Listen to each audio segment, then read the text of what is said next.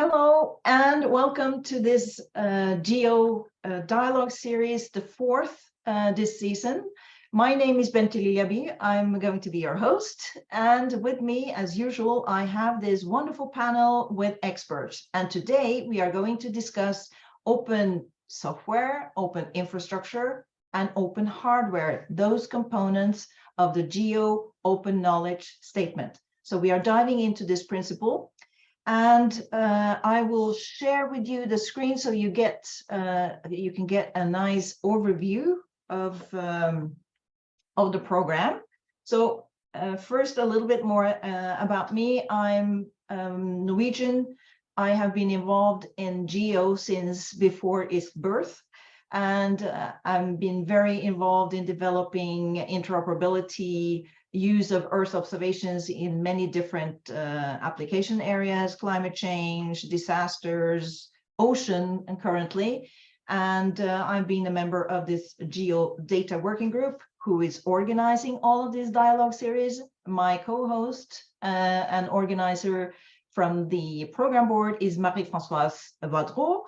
And of course, you know, Paula De Salvo from the GEO Secretariat. Florian is also often with us, and Marco Minghini, who will be also introducing us to open infrastructure today. But the program, before I introduce you to the program, I want to remind you about some housekeeping. Keep your microphone muted when we are speaking. When we are all speaking, except the speakers. When we have a dialogue, you will be asked then to unmute yourself when I give you the floor. Raise your hand when you want to speak when we come to the discussion part. And other than that, sit back and enjoy this dialogue. So the program for today. We will start as usual to be introduced to the principles of the theoretical part, if you like, of the open knowledge statement. It's open software, open infrastructure, open hardware today. Marie-Françoise Voidrot from OGC will do that. Then we have a couple of examples of open software. The first one will be an introduction by Thomas Huang from JPL NASA. And then we have the open source geospatial foundation here. We will hear about open software from Marco Bernasocchi. That will give us another example, I guess. And as for open infrastructure, we will learn more about the INSPIRE directive and how it's implemented by Marco Minghini from the Joint Research Center, the European Joint Research Center. And we also have open hardware example here from Oscar Gonzalez. He works at the Fab Lab in Barcelona. Very nice name of a lab. And then all of you are encouraged to join us in the dialogue. And as usual, we do also have polls, short, simple polls that we will publish during the presentations, each of the presentations. And we encourage you to participate in this, so that we get to learn about each other and we get some good ideas for the discussion afterwards. And also you can comment and ask questions in the chat. We encourage that very much.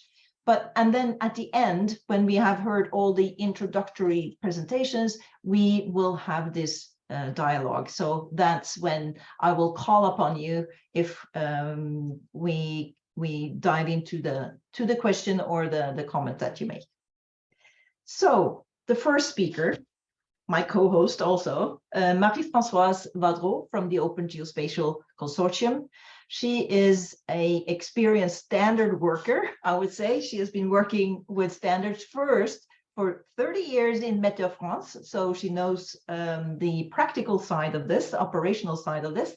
And currently she is working with innovation as an innovation director in OGC, and is a member of the GEO program board, of course, a member and a co-chair of one of the subgroups in the data working group. So with that, Marie-Françoise, we are excited to hear about today's principles in the open knowledge statement. Thank you, Benta, and welcome to the audience. You need to give me the screen share. I think I've done it already. Okay, now yes. Yeah. Okay, perfect. And my window was hidden here. Okay, thank you. So I would like to introduce you the GEO Open Knowledge Statement, which is the backbone of this series of dialogue, and for you to understand what we are talking about here. So in 2019, the GEO Secretariat initiated a statement on open science as part of the strategy for a results-oriented GEOs and the GEO Knowledge Hub. There was a drafting team with experts and also involving the capacity development working group from GEO and other GEO community experts, because open science is very important to capacity building. But after revisions and iterations, it was decided to move from open science to open knowledge. Why? Because open knowledge, while inclusive of open science, is also considered to be more closely aligned to the GEO mission and vision, which aim to support not only science, but also decision-making. And this is why we reached a statement that provides a rationale and impetus for open context of activities of the GEO program and of the GEO community. And the results of that should be made accessible through the Knowledge Hub.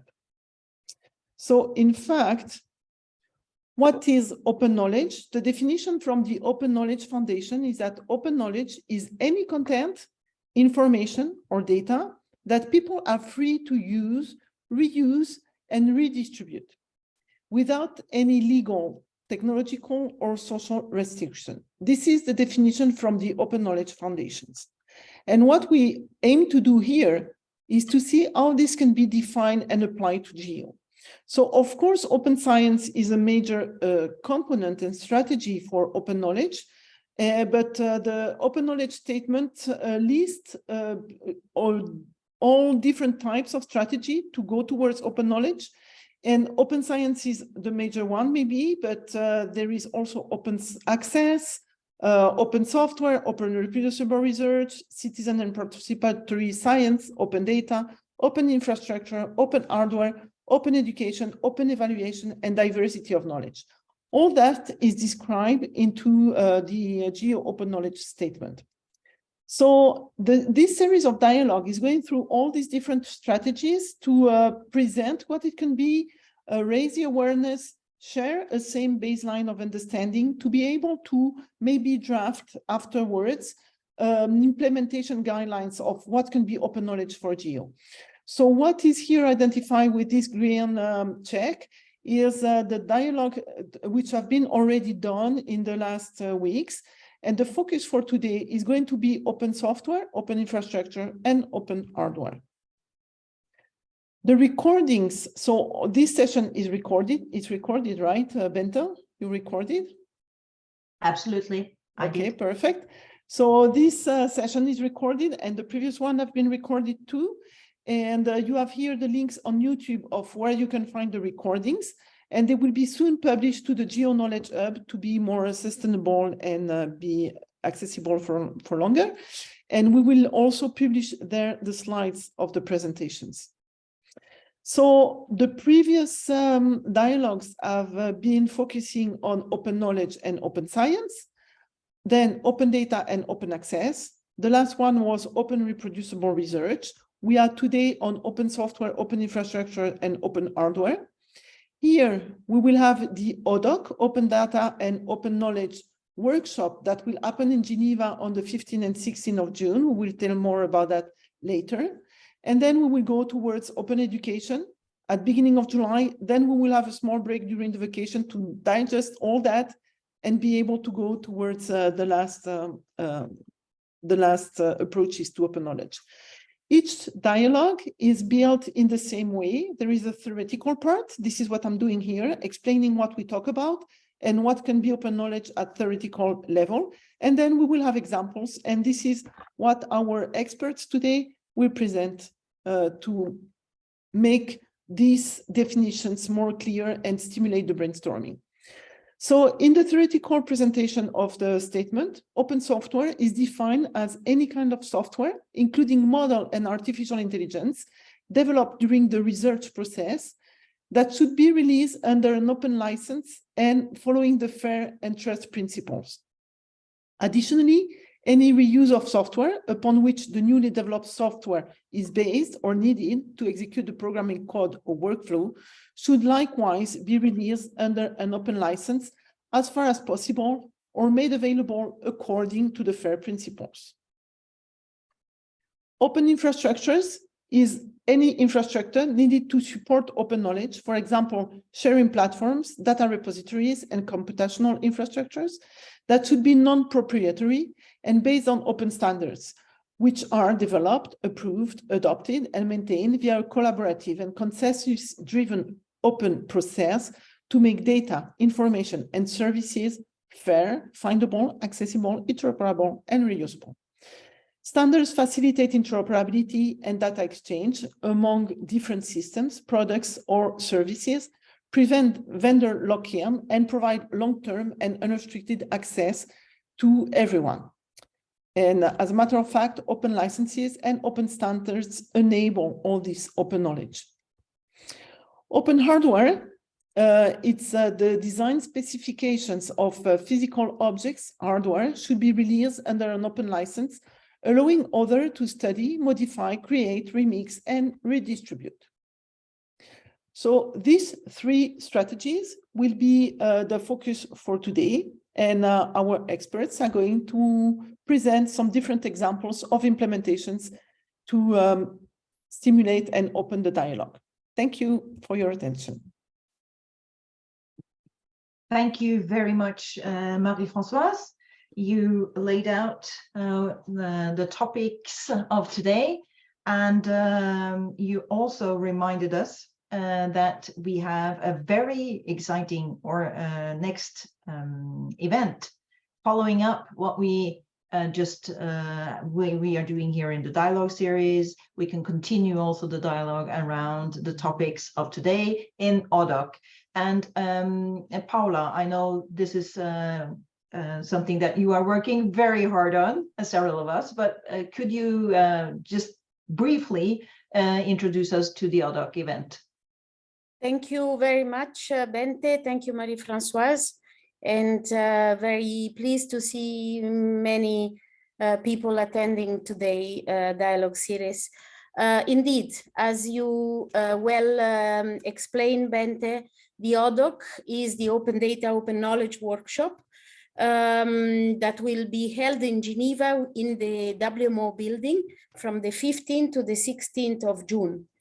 Registration on the website is at the moment closed, but if you really plan to come to Geneva and you want to attend in person, write me an email and I'll find a room for you.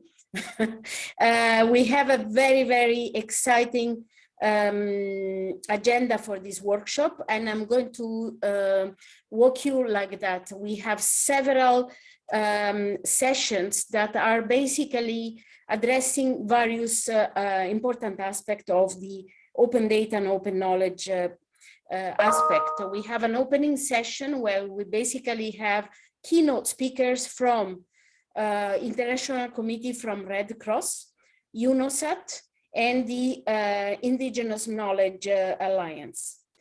In the opening sessions, we also have the perspective of the regional GEOs and how the open knowledge is an important component, and how regional GEOs are expecting to advance, continue to advance open data, but as well engage in advancing open knowledge and leveraging the open knowledge and all it implies.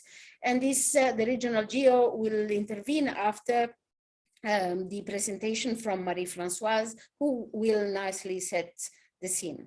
Yeah, Paula, sorry to interrupt, but I don't think we have time to go through the entire program. So what I would like to say is that you can find the Zoom link of each of the session. If you plan to attend remotely, on the top of the session, you have to register to attend, and remote attendees will be in a listening mode.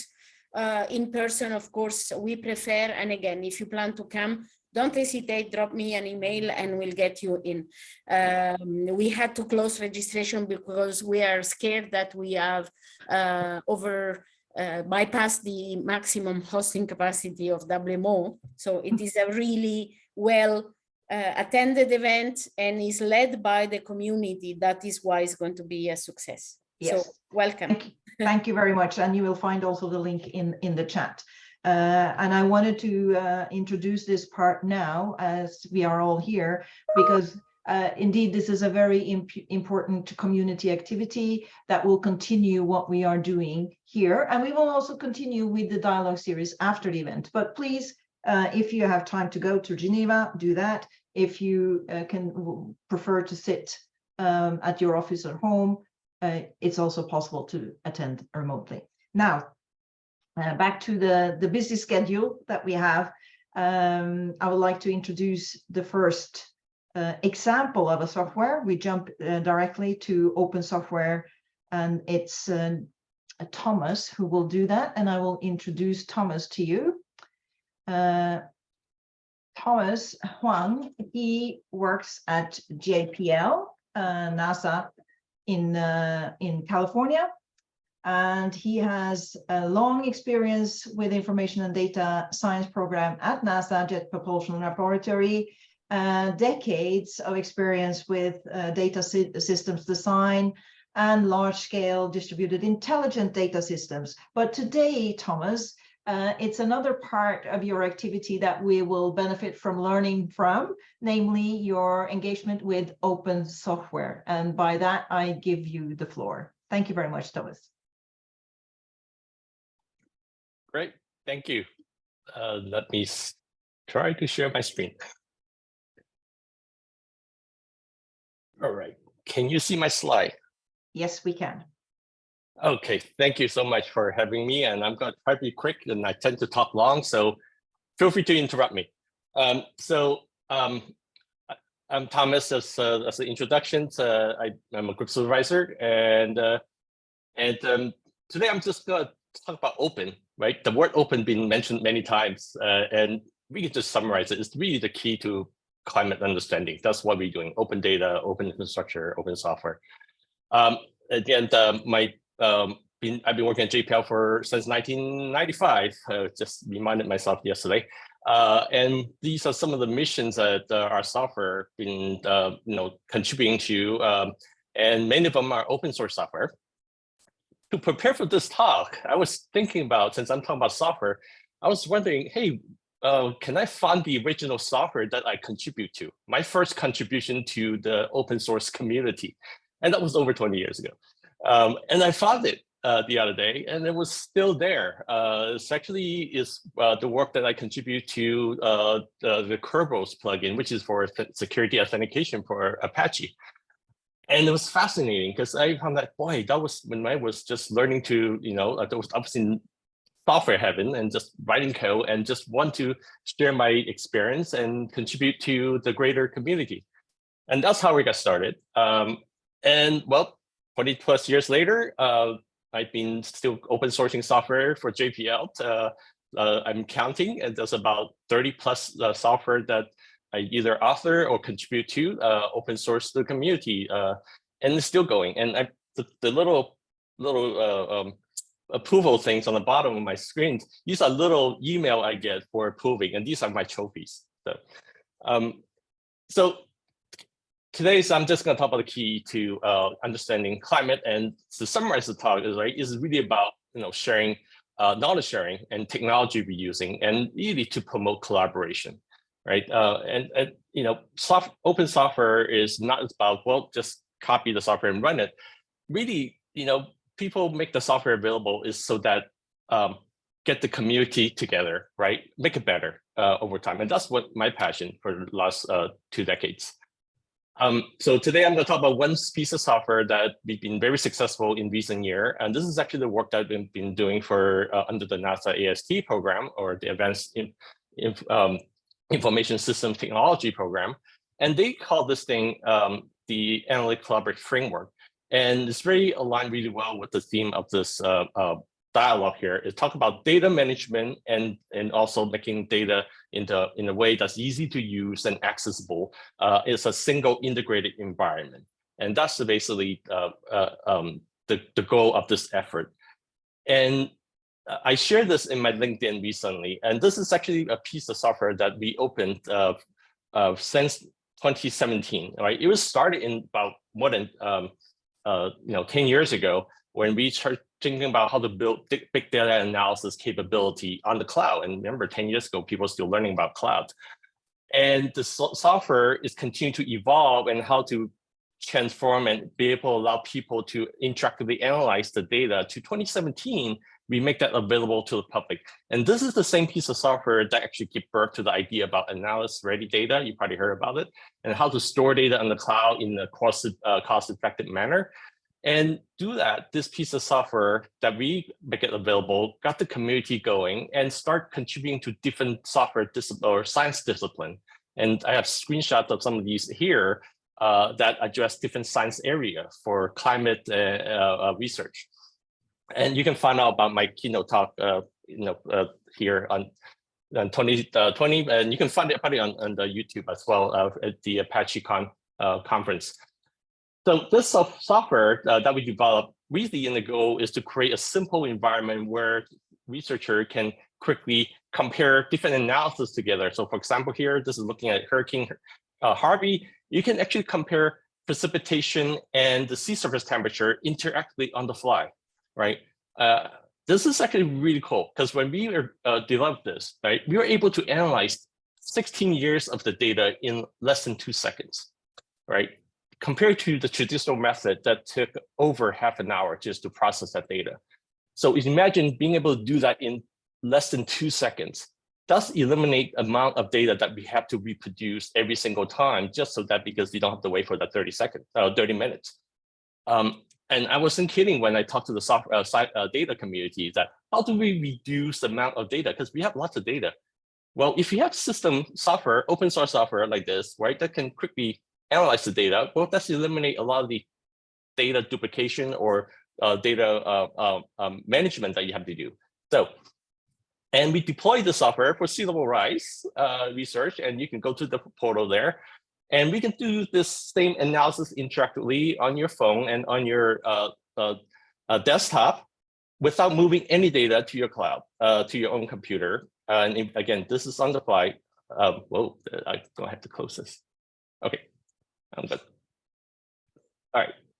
But more importantly, this whole website that you looked at, you can access it through as an open APIs, through Jupyter Notebook. And you can find out from this notebook that you can actually talk to all the analysis, visualization, and model outputs through Notebook, right? And that's what researcher wants to do. We take the same software and we deploy it to support hydrology, right? Tracking the water resources in Central California, which is where all the farmlands are located. And again, this is maximizing reuse, minimizing redundancy, right? So you can go to that website. You can see that that's also powered by the same open software that we developed. Again, by deploying reusable software component, we managed to establish a community of these as open solutions. And these little orange boxes around in the center, around here in the middle of my slide, these are instances of different disciplines of the same software that we developed, but they're serving different data and different analysis. And researcher can just use Jupyter Notebook or IDL or MATLAB, talk to the services through APIs, and the computations is done on these machines that are not paid by the user. It's actually paid by existing sponsor who is already managing the data, who actually knows the data better. Imagine how much redundancy that we can eliminate by doing this, right? I mean, I work with the research community. The first thing they actually have to do when they win a proposal is they hire a postdoc. and they have to do a bunch of what do you call it, data wrangling, right? Copy all the data, regrade them, subset them so that they can do some analysis. Well, if you have these data serving as a services and as open API, you can just stitch them together, and somebody else already paid for the analysis for you. All right.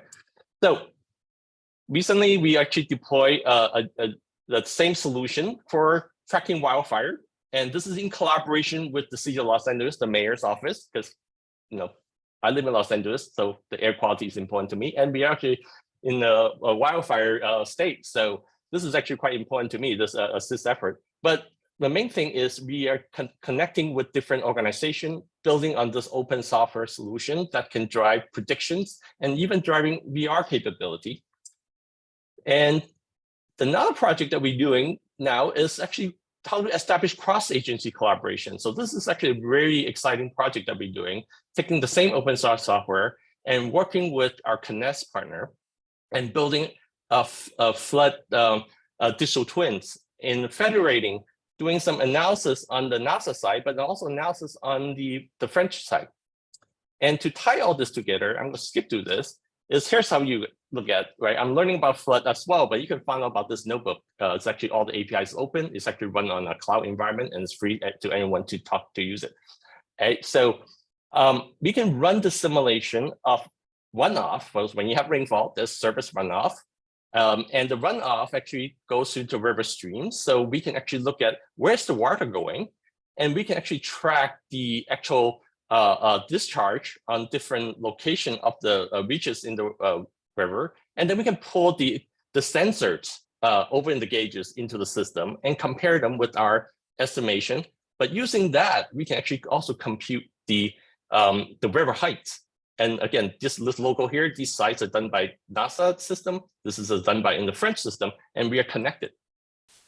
So open source science is actually about collaboration, right? To me, it's not just say, well, here's a bunch of free software and go use it, right? There's plenty of that. It's really about building partnership and getting the community going to help them sharing knowledge and best recipes, right? So in conclusion here is that I'm preaching here, right? If you want to go far, right, go together, right? Open source software is really about that. It's not just, well, I wrote this really cool thing, and now I can actually wear my t-shirt, right? No, it's really about, here's the open software. I make that available to the community. Please come and work with me so that we can make this better, right? It's really, and with NASA's goal is now with the initiative on open source software, I'm really hoping to see less duplication, actually more collaborations. Okay, and to do that, we actually, recently we published a book, really have a bunch of open source software that we developed to make that to the community. It's not to duplicate, but to come and have the dialogue and help us and tackle this climate issue that we have, right? So to finish my talk, if you want to find out more about our work, right, feel free to reach out to me. And again, I'm really happy that our new director, our JPL model is actually their mighty thing, and the new director, she had it together, right? Climate research is a community effort. It's not an individual organization effort. So thank you. Thank you so much, Thomas. And I think you gave us a very compelling reason why we should use open software with many good examples, exactly what we're looking for to see why would we care about open software, why is open software important. So thank you very much for that, Thomas. And I will now end the poll, because while you were speaking, I published a poll, and I will share the results with you.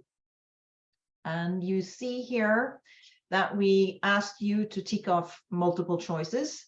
And we see that most is ticking off, I use open software. That's good.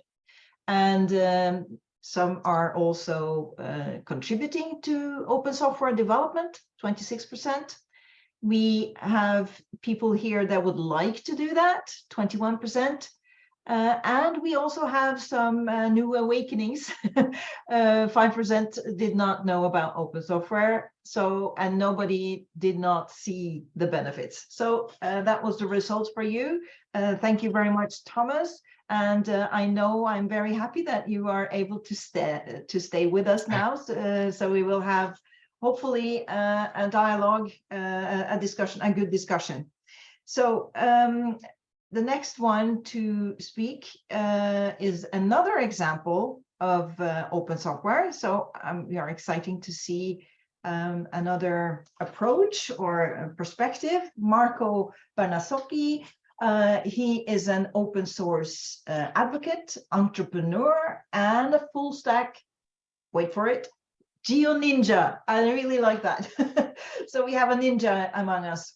And he has an impressive track record. We can see here he's a creator of QField and QGIS. We all know QGIS, I think, and serve as a QGIS org chair, and has been deeply involved. I skip the rest here, Marco, we will hear what you say, but you are deeply involved in this open software community here. So Marco, I give you now the floor. Are you here, Marco? You're Yes, muted. yes. Yeah, yeah, okay. Yep, you should see my screen now. Yes. Cool. Thank you very much, Bente. Yes, I am deeply involved in the geospatial open source community, and that all started back at university times. Now I founded, or back at university, I founded a company called OpenGIS.ch that does only development in open source. I serve as a chair for the QGIS.org project. I, as you mentioned, invented or created QField. And today I'm here mainly as an OSGeo board of directors member, but obviously I cannot turn off all my other hats, and I will kind of get things from here and there.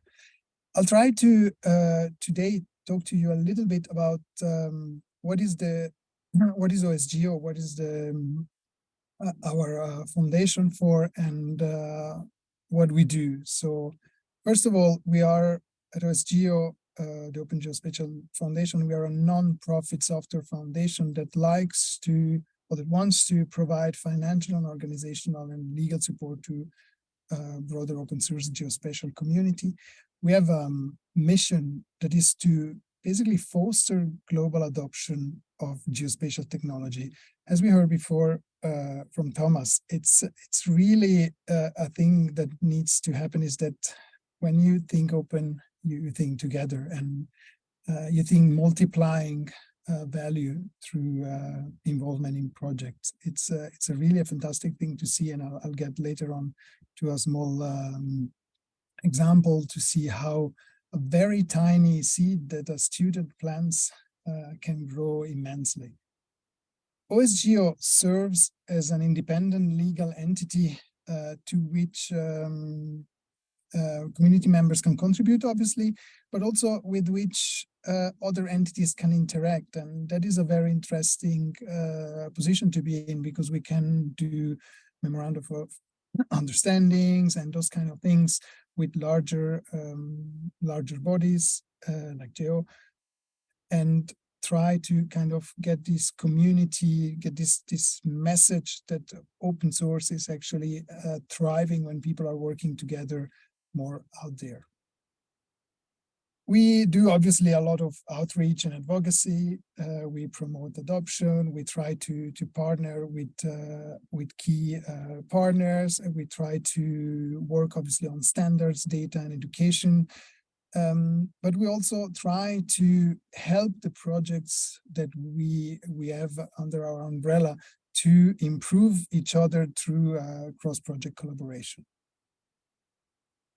OSGeo is volunteer-driven. There's a lot of passionate members around the world that contribute a lot of work to those fantastic projects that I'll later quickly show. There is a small part of it that is also sponsoring. There are companies that sponsor OSGeo so that we can do more work and distribute funding to other projects. But a lot of the work is obviously done by volunteers. All that is the administrative part of OSGeo is volunteer driven. All that goes into the project then depends on the project themselves. The goals And since the presentation has to be a bit shorter than I thought, I'll quickly glance them over.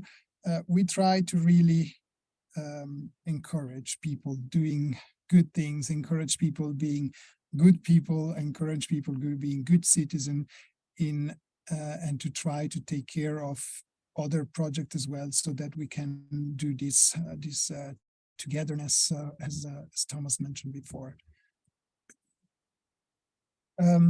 If we go and look a little bit at what is behind OSGeo, there is an immense number of projects that some of you probably know and some of you probably use a lot. Like you mentioned before, QGIS dates back to 2002. Was one of the early projects in OSGeo, but we have PostGIS, which probably even more well known than QGIS, if I can say so. We have open layers that's part of the projects. We have really a big history of a lot of projects that were built as open source project in the geospatial world, so that people could profit of them and make some and take advantage or actually increase their productivity through amazing tools.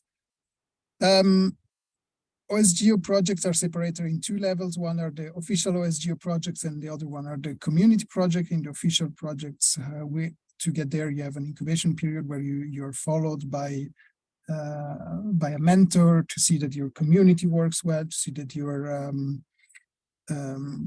have a steering committee that works well, that you are inclusive, that you are allowing people to bring ideas and so on and so on. Whereas on the community projects, it's kind of the initial step where you start kind of proposing, and eventually you will go through and graduate as an OSGeo project. Some examples of OSGeo projects, or basically most of the OSGeo project can be found in the OSGeo Live distribution.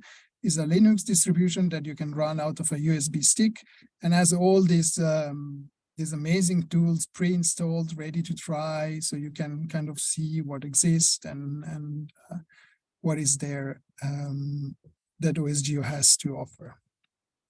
Two projects that are very dear to me, obviously, and I think that are a very big example of how open sourcing your tool can change the world. Are QGIS, obviously, on one side, which was published. The first public release of QGIS was in 2002 by Gary Sherman in Alaska. He published a tool that could show geometries. Said, hey, here it is, I'm going to develop it, help me out, it's going to be an amazing tool. And 1 month ago, we had over 600,000 total openings on QGIS on one single day. And this is people that are connected to the internet and that are allowing us to see if they open QGIS. So we're talking about 16 millions of opening of QGIS per year currently, and that is probably not even half of what's really happening, because if you open QGIS once and leave it open for a week, it's gonna tell us that it's only a once opening. So we have massive amount of users using QGIS. And the other example that is extremely dear to me, it's obviously QField, which is the mobile application for field data capturing when you're using QGIS as well, is a project that I started back in 2011 as my last 3 university credits for my master degree, and currently has around 800,000 downloads, more than 200,000 active users per month. So it's really something that makes me extremely proud, because back then I decided I'll take QGIS, make an app out of it, and obviously I'll make it's going to be open source. And I thought at the beginning, yeah, well, it's going to be a little pet project, and now it's this amazing tool that people are using every day to deal with natural catastrophes, with data. Earth observation data can be visualized in there, augmenting what you're seeing in when you are on the field, and so on and so on. So you really have this great example of how a small seed can turn into a very large tree. Obviously, OSGeo, and these are going to be works with partners. We try to work in a collaborative approach to software development, obviously, but open data, open standard, open education, and open science are all subjects that are very important to us, and that we really try to push as much as possible via, obviously, for example, memorandum of understanding with different organizations, and via other collaborations like we have with the European Commissions, where they support and partner Phosphor-G, creating a dedicated track to open source in Europe, and many Earth observation tools. With GEO, we have a collaboration. With OGC, we obviously have a collaboration. So there are plenty of things that we try to do as an outreach to try to multiply the benefit of having one software open source. As a last point, I mentioned before Phosphor-G, that's our annual conference. This year is going to take place, the dates are wrong, sorry. It's going to be end of June in Prizren in Kosovo. So the dates you see in the colors are right, the dates in the title are wrong. We have 3 days of conference with a lot of talks about geospatial, about Earth observation, about software development, about open source. So it's an amazing conference to go to. I hope I managed into the short time. Yes. Very well done, Marco. Thank you so much.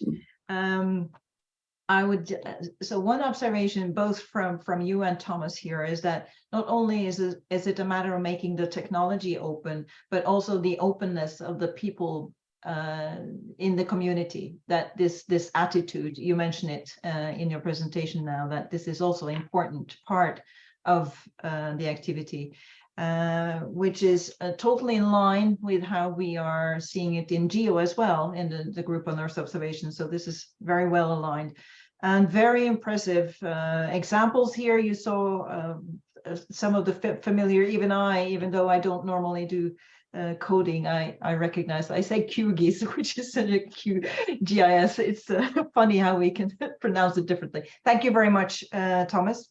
Sorry, Marco. And I will very quickly share the poll with you before we are going to, we switched the program a little bit because Oscar has to leave at 5 o'clock. So we will take your presentation immediately after I share the poll, Oscar. So be prepared for that. Thank you very much.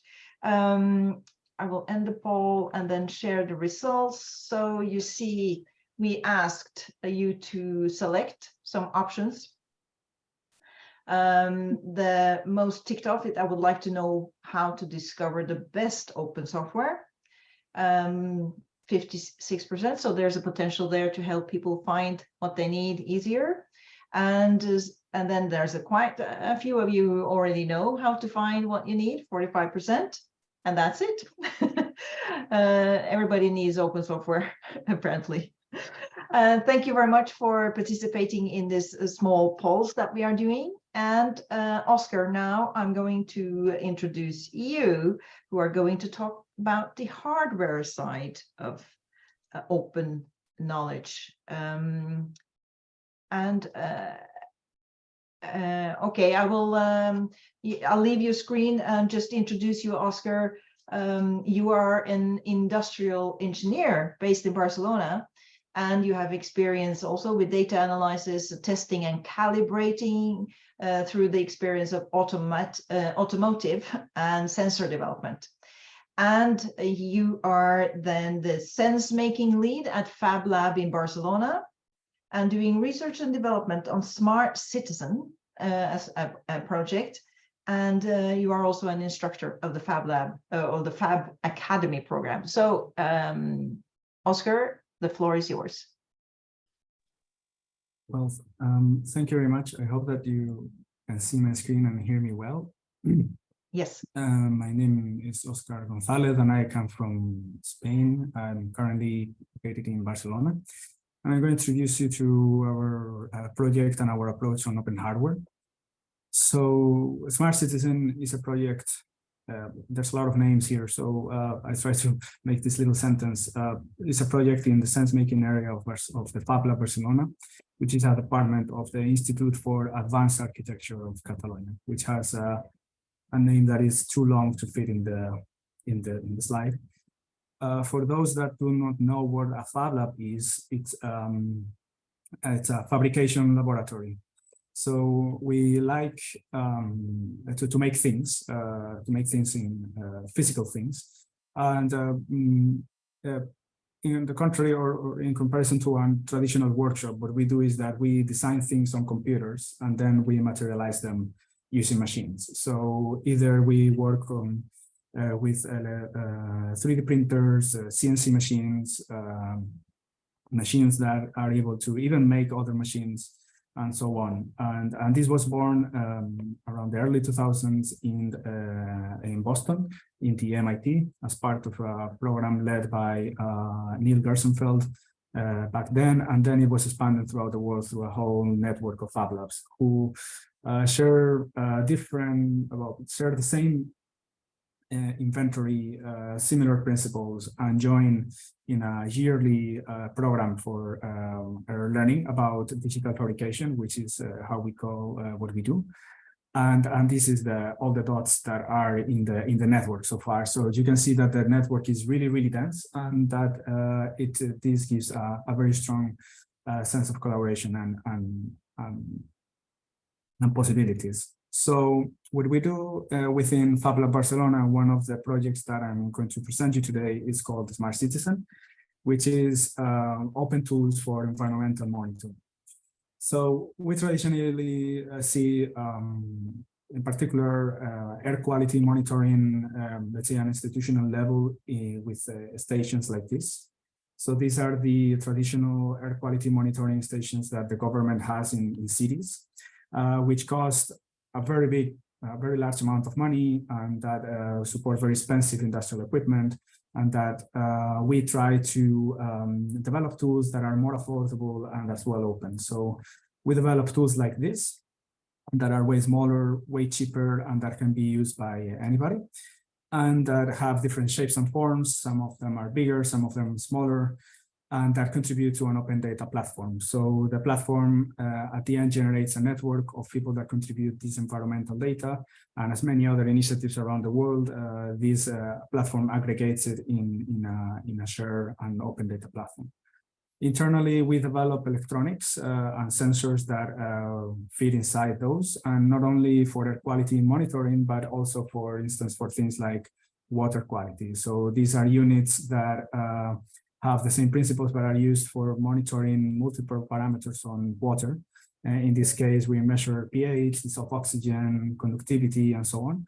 And we have put these stations and units in many places. So monitoring air quality in cities, or putting them on recreational boats that sail in Barcelona when people go out for having fun or doing sports and so on. So the project has these three main components, and we have these sensors that are the focus of our presentation today, but I would like also to highlight that we not only have those, but also an open data platform, and aligned with other principles that are being shared here today, the idea of citizen participation and involvement. So the idea that people are not only passive elements of cities that can just live there, but that also can collect data and help and shape the cities that they live in, and that we provide resources on all these three topics so that people can be more active elements of the city and shape them for the future. So this is a little bit how our platform looks. It has a small data analysis part with different points in the map. And we have developed this through several projects. So we've been dating back from 2012. Our origins come back from a reaction to the smart city concept, and then moving on to the different projects to work on different aspects of the platform till we are here and now today. In this sense, offering sensors and an open data platform for anybody to use.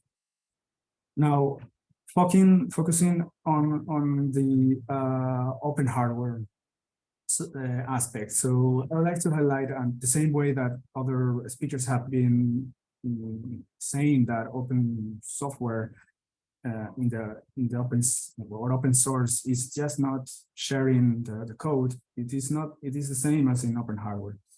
And I think that an image is more important than anything here. So this is the history of one of the probably the most important projects in open hardware that we know of, which is the Arduino project. And these are the different boards that the Arduino Uno, which is probably the most iconic one, has been taking shapes and forms. Before Arduino, there were no open platform for electronics and learning. And after Arduino, there was a huge change on how people saw electronics and the amount of people that could learn openly and freely electronics and develop projects with it. So the impact that it has is just not simply having a design, but also building a community around it and making knowledge. So this is summarized on the open source hardware statement, which in this format probably is a little bit difficult to see, but that I put maybe a little bit more separated so that you can see some highlights. So the part that we normally refer to as open hardware would be just design that is made publicly available. But it is important to focus on the rest of the sentence, because you can study it, modify it, distribute it, make it, and also sell it. So this part here probably comes from the open software movement that also has, on the most strict sense, the idea that you shouldn't restrict other people from selling the hardware that you design if someone wants to modify it or distribute it or make it. And that people should be able to replicate that. And the focus here is not the economical benefit, but more the societal benefit. So when you want to develop something like this, you're more focused on the impact that you can have on society, either people learning electronics or potentially people learning about their environment and air quality around them with open tools. So probably the societal impact in that aspect is more important than the economical impact that you're going to have. Ideally, it's available on formats that people can make modifications on it. Materials and processes are standard.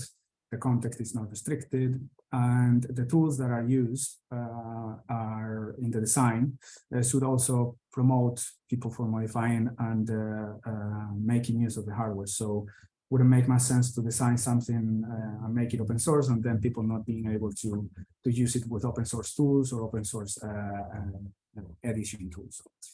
Finally, this whole purpose is to have freedom to control the technology and be owners of your own technology, and also sharing knowledge and encouraging change of the science in general, right? So coming back to this image, here we see some parts of the electronics that we have. In our particular case, we designed these electronics and we release everything under the CERN open hardware license and are freely available in this GitHub repository. And for the other things that we do not control, because you cannot expect that a whole system has all the components fully open, at least nowadays, we haven't gotten there yet. We try to promote this through an extensive use of our research results in different projects and disseminate those results through documentation and studies. So this comes at the end as units that are able to do many different things. For instance, monitoring air quality as the ones that we see here. These units, the electronics that I was showing there are able to monitor chemical parameters, CO2, particulate matter, and a lot of different things, but all of them in an open manner. And then people use them on publications and studies. So for instance, people use this hardware to study vegetation cycles on parks, the usage of local sensors, evaluating personal exposure monitoring, techniques for characterizing the sensors themselves, and so on and so on.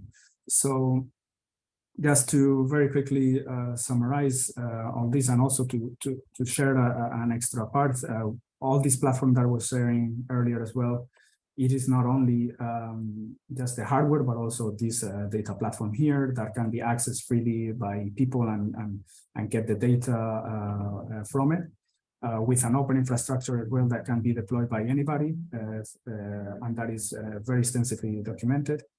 And finally, just to see the potential of this, and that is not just a small project, also see that, for instance, in projects like one that we're participating at the moment called CityOps, this has raised a lot of interest. So how initiatives like this or sensor manufacturers that provide open hardware can, by this permeability and granularity and of the dense network of sensors that they can create, then can generate systems that go up to other systems, for instance, as dimensions before, for decision-ready information and analysis-ready data that can then lead to users to, for instance, in businesses, academia, institutions, and so on, to take decisions for all that.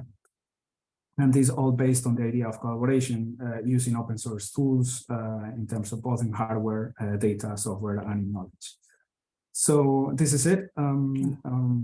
This is our website, documentation, and repositories that will be shared in the screen. And yeah, thank you very much. I think I extended by some seconds, but I hope that's okay. Thank you very much, Oscar.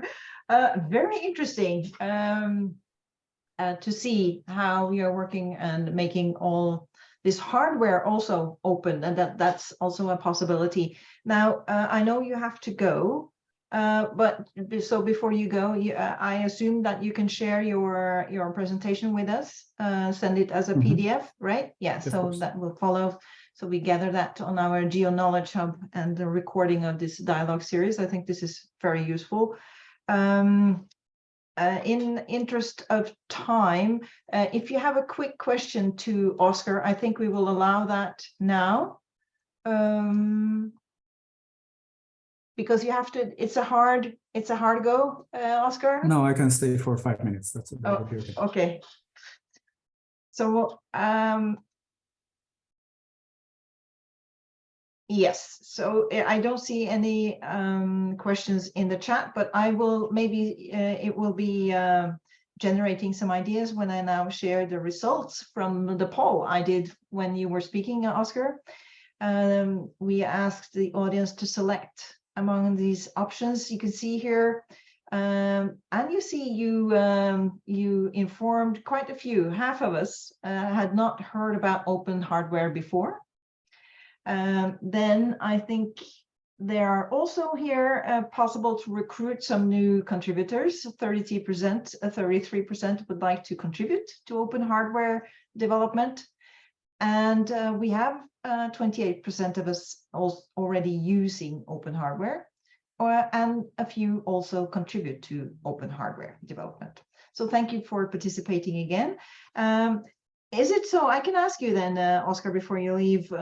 Is it easy to find this bits and pieces? You know, this what you call this component of the electronics here. My father used to do, you know, some dabble in some, not for software like this, but building, you know, you could build radios or, you know, different gadgets.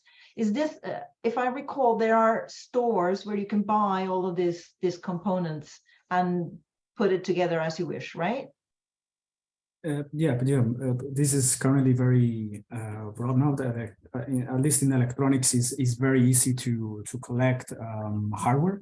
However, we have to make a differentiation because some components themselves might not be open, and actually many of the components that we use nowadays in the, let's say, electronics design in terms of the system a lot of the components are not open and are still proprietary. These are more with the microcontrollers, antennas, and so on. Then the system that holds everything together is generally more often open source. Still, a lot of designs are not, but that's part of the transition, I would say. But a lot of the effort now would be on making these components as well open source themselves, which is a very, very huge effort because it has a lot of intellectual property and economic implications. But at least design in general, at least from this level in systems design, then it's more and more broad. And there's a lot of knowledge in projects that I have mentioned during the presentation that have contributed to the explosion of all this availability in general. So it is very, very available. Oh, thank you. That was very interesting. Paula, before Oscar has to leave, I guess. Yes, thank you, Oscar. Super interesting. 2 questions. I suspect you're organizing events around this. And if yes, please let us know. We'll be very, very interested to give it some voice.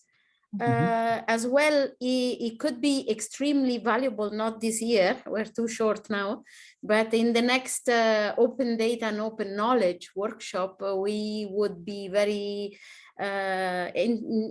interested to invite you into some hands-on.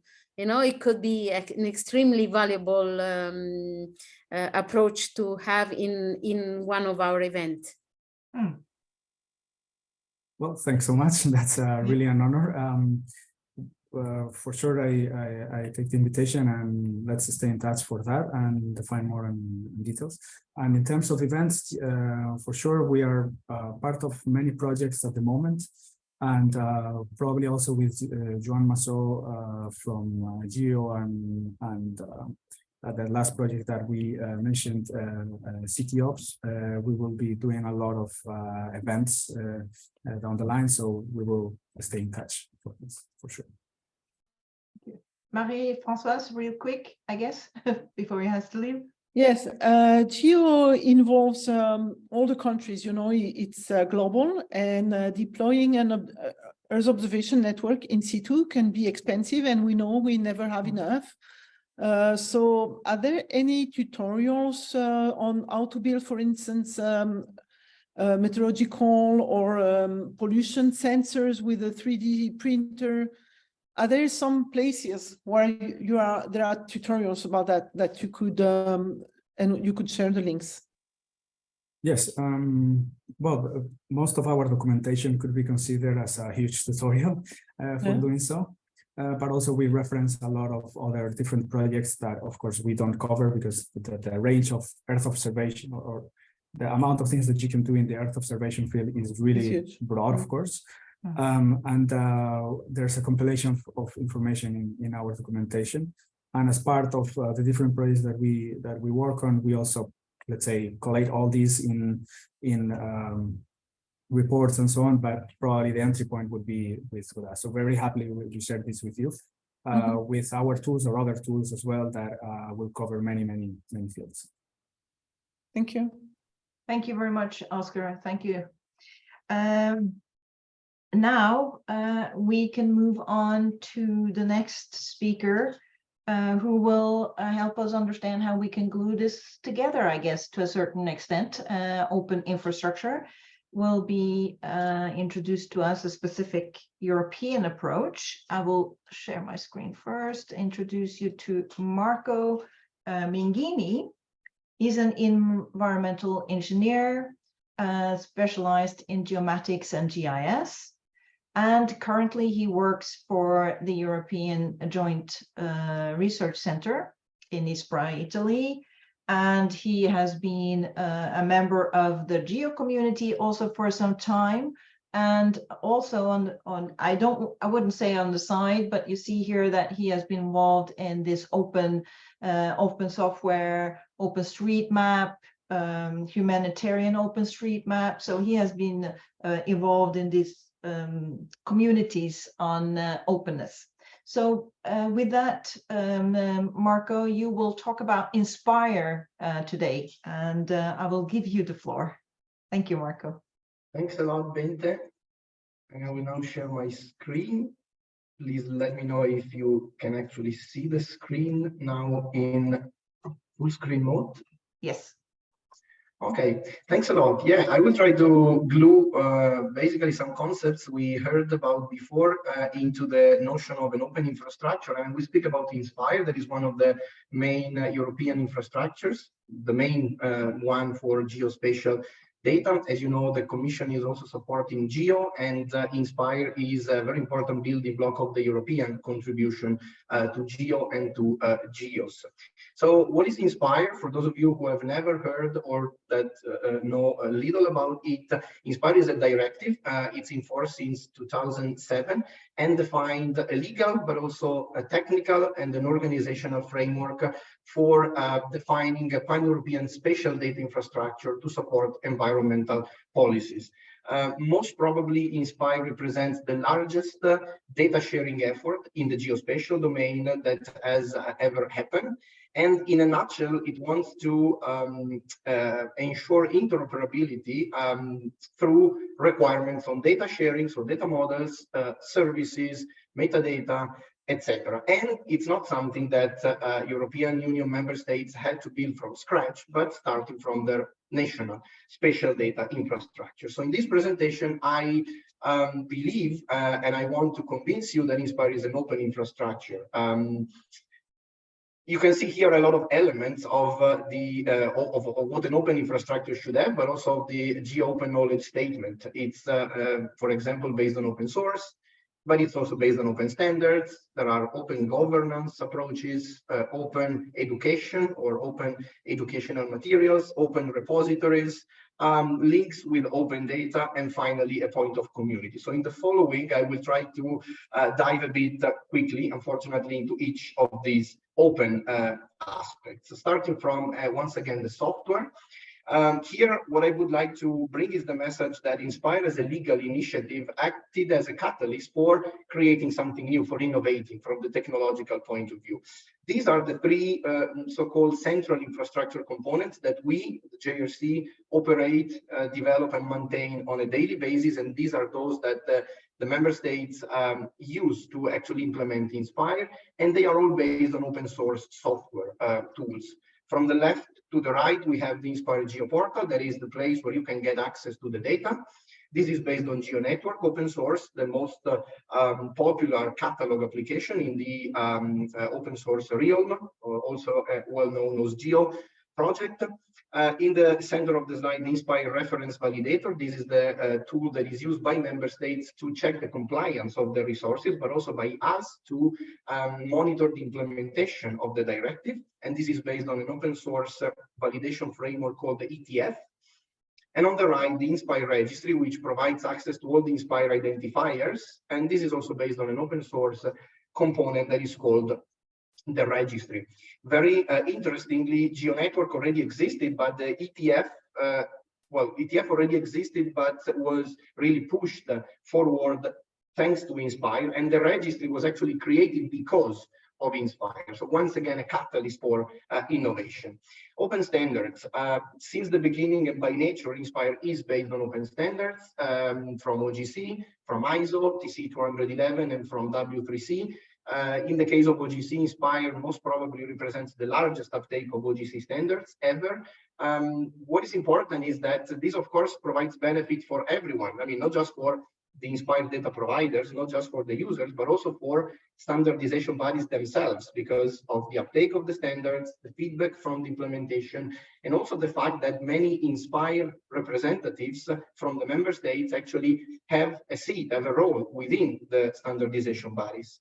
A lesson learned about standards is not just to use standards, but to always use standards that are already matured, that are already well supported, that already feature software implementations. The idea from our perspective is always to try to make the life of data providers and users easier. Then, thanks to the concept of open standards, of course, a lot of standard software implementations for Inspire have been created. You see on the left-hand side the data provision side, so data providers that have to harmonize the data, so do some ETL or serve the data through server platforms, or make the data discoverable through catalogs. On the right, you see the users that have to consume the data. And you can see that thanks to the fact that everything is really technologically agnostic, but based on open standards, there are a lot of open source implementations, but also proprietary implementations. So we are totally transparent to that. Open governance is also very important. Since the beginning, the idea was to create Inspire by involving users, well, the future users and the future implementers. Today we have the MIG, the Maintenance and Implementation Group, that is composed of member states representatives. This is the main governance body in Inspire, but we have recently come up with agile, flexible, open governance approaches to really give a chance to everyone to contribute to the evolution and the maintenance of the infrastructure. These are mostly based on online collaborative platforms, mainly GitHub. I will give you a couple of examples. The first is the so-called Inspire good practices. These good practices are anything like a new standard, a new technology, for example, a new way to share the data or to encode the data that may generate some benefits to providers or users.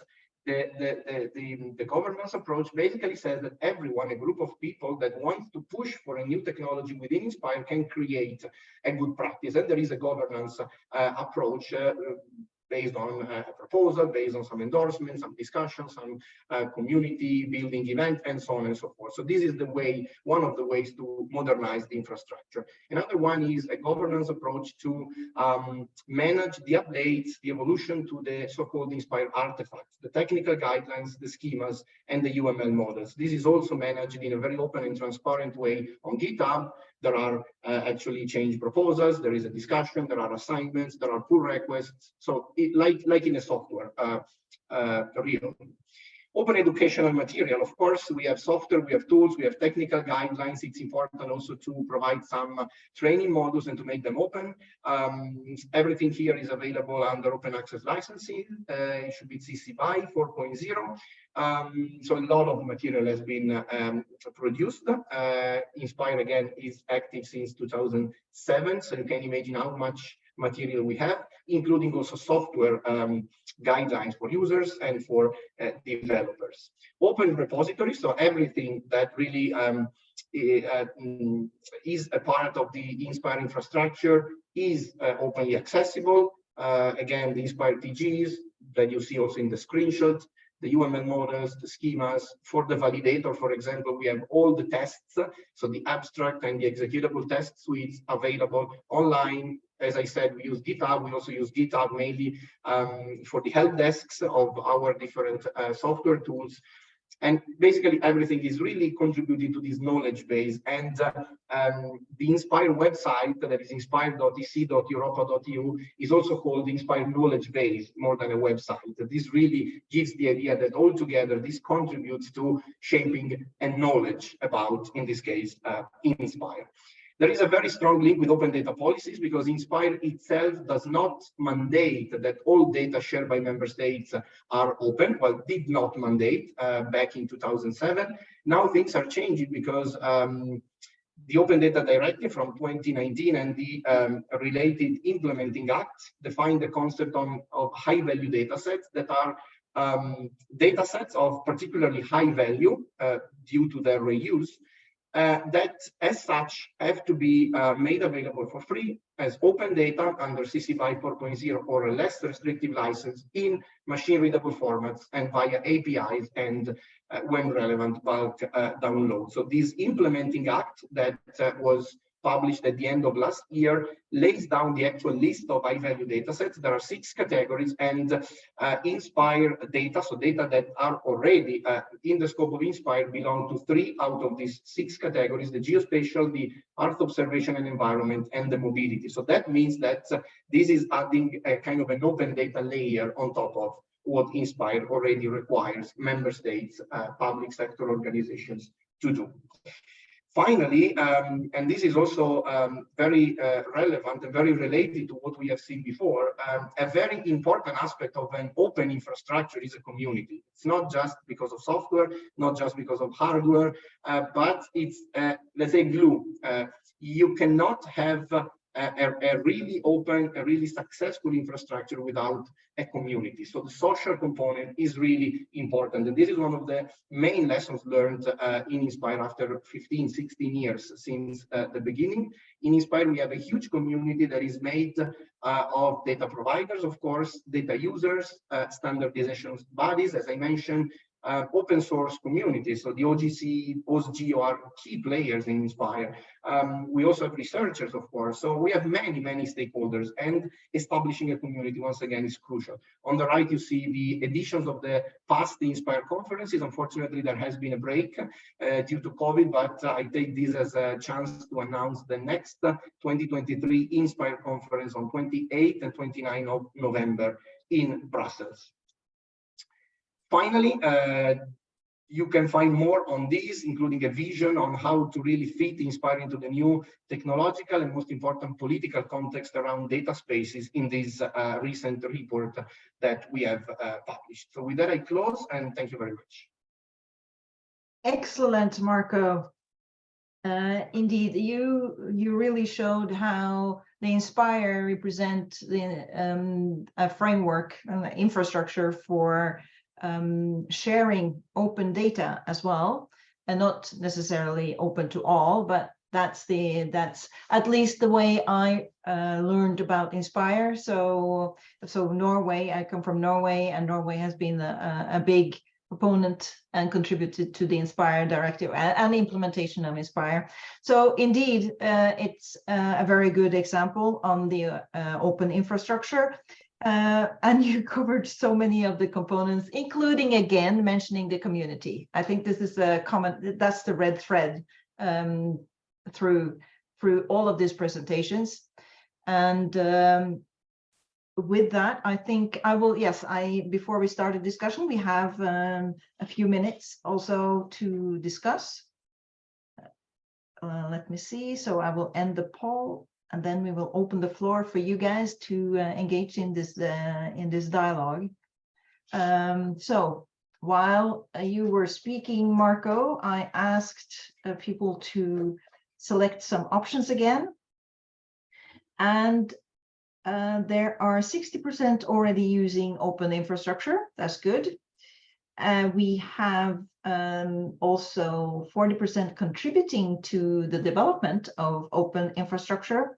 And there are 20% eager, again, to contribute to this community of developing open infrastructure. And we also have succeeded in informing some new ones to the concept of the existence of open infrastructure. Thank you again, everybody who participated in this poll. And with that, I think we can start the dialogue, the questions. We have some questions and comments in the chat. Let me go back.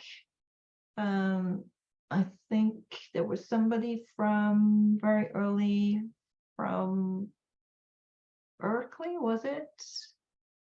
Let me see. I had a question. Raise your, yeah. Oh, thank you for raising your hands. I see Masume. I give you the floor first. Hi, everyone. Thank you so much for the nice presentation. I would like to ask about your collaboration with other open infrastructures, such as open data repositories. For example, we encourage researchers to adhere to metadata standards like Inspire standard to make their data fair, but then they see that in most open data repositories, they don't actually provide such a facility for them. And my question is if there is this collaboration between you, I mean, the Inspire and the other, the open data repositories. Thanks a lot. I'll try to be brief in the reply. Well, indeed, yes and no, in the sense that Inspire is a European initiative. It's a legally mandated initiative. So what member states, what the Inspire community has to do is what is mandated by legislation. That is providing metadata according to the technical guidelines that are basically based on a profile of ISO. But of course, this is ISO, so it is and should be aligned with the good practices, and we are always open to better ways to improve our infrastructure. For example, for metadata. One of the good practices is the use of the GeoDCAT application profile, for example. That was exactly brought by the open data community. And it's, I think, a very good example of how to really embrace a larger community, or how to bring an element of novelty into Inspire. So again, the answer is yes and no, in the sense that Inspire is a European infrastructure. So we are not mandated to actually work together with others, but at the same time we do. There is the European data portal. We work with a lot of stakeholders from within and outside Europe, mostly outside Europe. I would say it's an information exchange. We are interested, of course, in improving data sharing in Europe. So I hope I replied to your question, but of course, I'm happy to further discuss. Thank you. Thank you so much. Yeah, thank you very much. And before I give you the floor, Paula, I would like to ask Oscar, because Oscar Bautista, you asked a question earlier, and I believe that must have been to Marco Bernasocchi. Are you there? Oscar, you have to unmute yourself.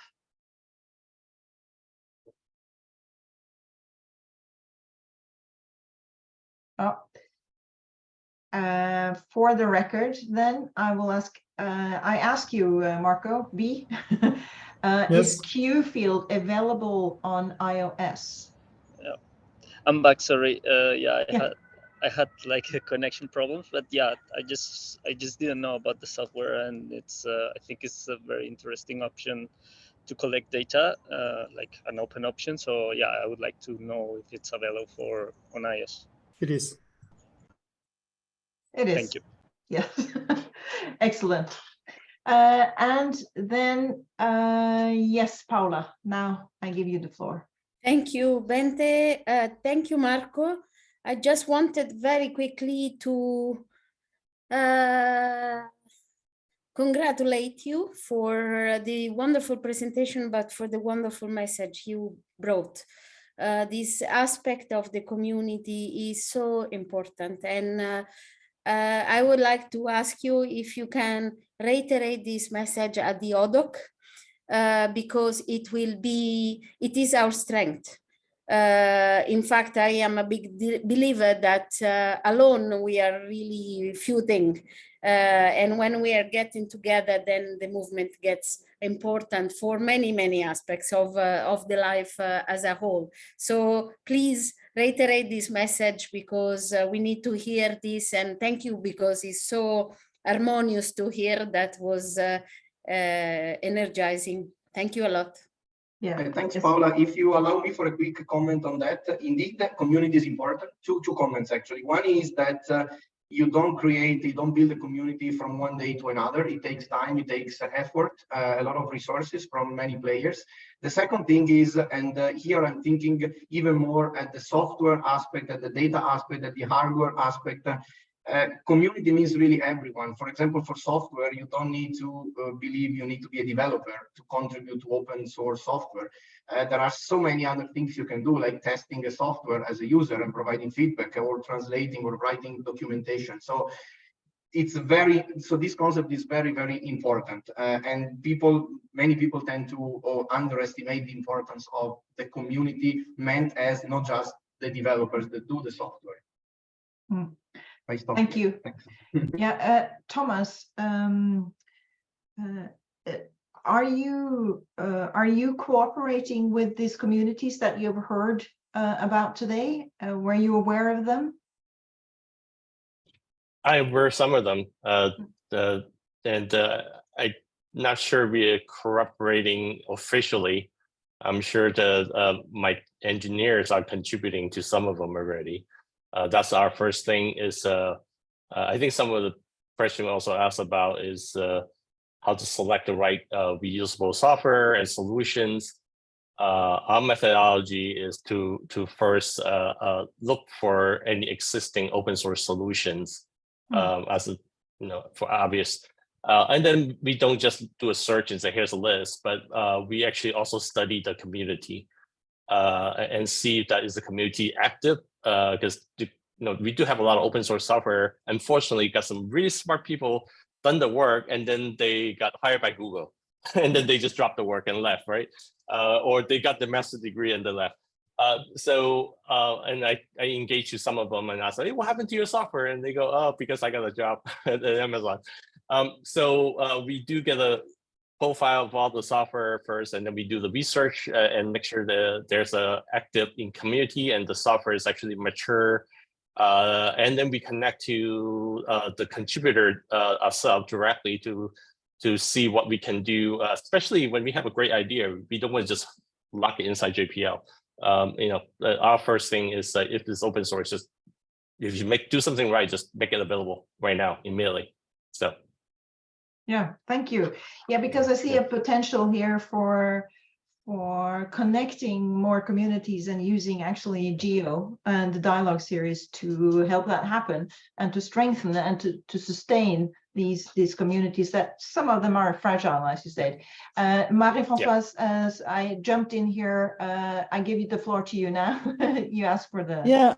Yeah, thank you very much, Marco, to emphasize the role of the open things which are important behind all these strategies which are mentioned into the open knowledge, but which are not at the same level, like the open standards, open licenses, and the community. As a matter of fact, I heard once, and I was a bit shocked on the first stage, someone saying, if you want to kill a software, just drop it in GitHub. And in fact, we have learned, I think all of us, when we use an open source, to check, as you said, Thomas, if the GitHub community is broad, it's active, when was the last change done, how many people are there? And this is something we learn to do, but we never emphasize enough. And the community is very important. And this is also what we try to build with these dialogues. It was mentioned before also, how do you connect with the other open software? It's important to build a community, and here a community with experts with a pluridisciplinary background. So there was Oscar about the hardware and electronics, Marco and Thomas about software, and Marco Minghini more about the broad infrastructure. And I think it's important to make this community bigger and bigger, and be able to understand what each of us do and how to integrate all that into a bigger framework, because this is what GEO needs. GEO needs all of you. Absolutely. And Marco B, I guess you have a success story to tell here, right? And you raised your hand as well. So, well, I wasn't raising the hand for the success story, but yes, you need. If you don't have a community, your software will not survive. And that is one of the key points. And what I wrote in the chat is that actually the OSGeo incubation program that I mentioned before is really about looking not at the technical part of the code. I mean, of course, we look at that as well, but it's really looking about at the sustainability of the program, of the project. Because if you have just one developer that will get hired by Google and that's it, or by somebody else, then you're not really in the spirit of what an open source project should be doing, and you're really just using code that is open to use, but has nothing behind it, and you really are almost locking yourself into a worse place than a proprietary software, unless you have somebody that is technically capable to take over the project, which is also a very interesting thing that you can do in open source, and that is recognizing a project that is useful to you, but it's been neglected. You can adopt it. Mm. That is something that you'll never be able to do with the proprietary software. Yeah. Exactly. So- Yeah. You can actually take up what has been left, leftovers that you can then play with. Yeah. Yeah. This sustainability of the open. I mean, the communities need to have a minimum amount of people or minimum activity, I guess. My personal experience of trusting. So there's trust on several levels here, I think, in all this openness. And trusting, for instance, when I was using Linux instead of Microsoft or the other platforms, I started to use Linux because, first of all, I had colleagues that were knowledgeable in Linux, so I could have somebody to ask questions quickly. Marco, you mentioned education, right? To have some support, easily accessible is one thing. And also the fact that, and I work nights sometimes, so you know that the community is there at all hours, 24/7. So if you have an issue, you can just, write a chat and how do I do this? And you get immediate response. I don't know, this is, so Marco B, this is how it works for your communities, you think? Is it big enough? There is, yes, I mean, for QGIS, absolutely. If just as an example, QGIS has a Facebook group with 55,000 members. Now try to think about a company that has 55,000 support employees. The other thing to consider is that you have the duality of things. You have the community that might be around at 3 o'clock in the morning, but you also have professional companies like like my company, for example, that are there for you with a guarantee that they are there for you, because you cannot expect somebody to be there at 3 o'clock in the morning just because you work at 3 o'clock in the morning. No, well, so that's the nice duality of having community support and having professional support. Yes, and of course with Linux, I mean, there is the 3 o'clock in the morning is 3 o'clock in the afternoon somewhere else in the world. So this is and for GEO, we are a global community. So for global communities, this might actually be totally okay. But Thomas, you were raising your hand. Oh yeah, so I would just add to what Marco just said. Was when we open source our software, there's two things that we make this the decision, right? Is one is don't just drop it into GitHub because it's more like build it, maybe they will come mentality, but more like partner with an open source organization, and that's why we make the decision with the Apache Software Foundation. Part of that is also it's all more about releasing the ownership of the software, so that people will say, hey, no, I don't want to use Thomas's software, or I don't want to use JPL or NASA software, right? Well, no, it's actually owned by Apache community, and the commuter, or the project commuter community is not all NASA people or NASA JPL people. It's actually around the globe. So that actually our way of try to engage the community. But the other part is, I know some of the people concerned about open sourcing is like, geez, I'm gonna have to maintain 15,000 people the request. How do I fix this thing, right? It's contrary. If you partner with some of these larger community, the system itself kind of supports itself. If you and I think that there's something to think about. I think the biggest part about open sourcing is also thinking about like governance. If you have something really great, what is the governance process? People, like you talk about Linux, right? I actually about applause for that, because I was one of the early people who used Linux myself and dropped Microsoft, right, completely. The idea is really being able to ask a question and someone out there will already have the answer ready for you. And the community is really active. So I think the main part is when you open source software, one is look for is there governance structure? What is the licensing model? I mean, we use permissive license, Apache, so that people won't have to pay or open source everything they have just because they use our software. It makes it easier, right? Lower the barrier of entry. So I think some of the things to think about, if you have a question about how to open source your software, feel free to reach out. I mean, I can happy to talk with you about it. But the whole idea is to really, if you have something great, get it out there, because some other people would love to be able to learn from you, and they probably have something even better to contribute to what you do. So. Yeah, that's great. Thank you, Thomas. We are running a little bit over time. As usual, these dialogues are super interesting. One observation, Marie-Françoise, I would like us to remember, so that's why I'm saying it.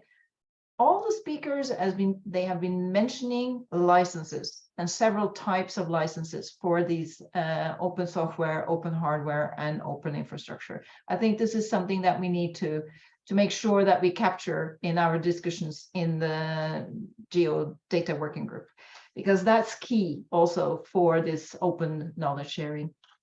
So with that, I don't see any more hands. I would like to extend my great gratitude.